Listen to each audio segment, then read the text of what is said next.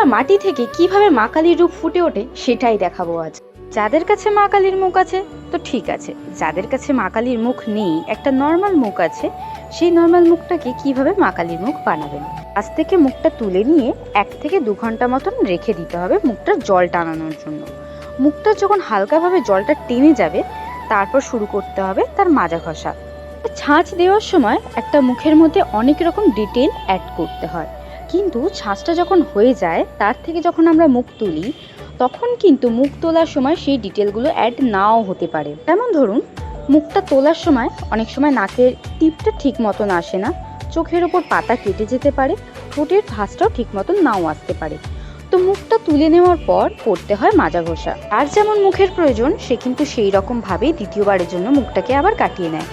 তুমি যদি 10টা মুখ তোলো 10টা মুখকে এই একই রকমভাবে মেজে নিতে হবে। কিন্তু মুখটা যদি শুকিয়ে যায় আর তার মধ্যে যদি কোনো রকম কোনো ডিসপুট থাকে সেটা কিন্তু আর দ্বিতীয়বার ঠিক করা যাবে না, কারণ মুখটা তখন শুকিয়ে গেছে। তাই কাঁচা অবস্থাতেই কিন্তু মুখের যাবতীয় যা কিছু ঠিক করার কারেকশনগুলো সেগুলো কিন্তু করে নিতে হয়।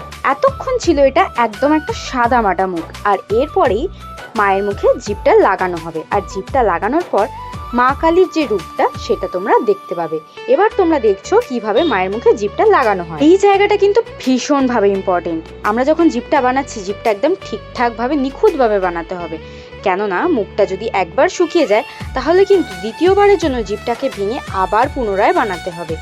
তাই পুরো মুখের মধ্যে জিভটা কিন্তু খুব গুরুত্বপূর্ণ। আজকের ভিডিও এই অবধি। তোমরা জানিও মা কালীর এই মুখটা বানানো কেমন হলো, আর এরপর জল ব্রাশ করে নিলেই কিন্তু মুখটা একেবারে তৈরি হয়ে গেল।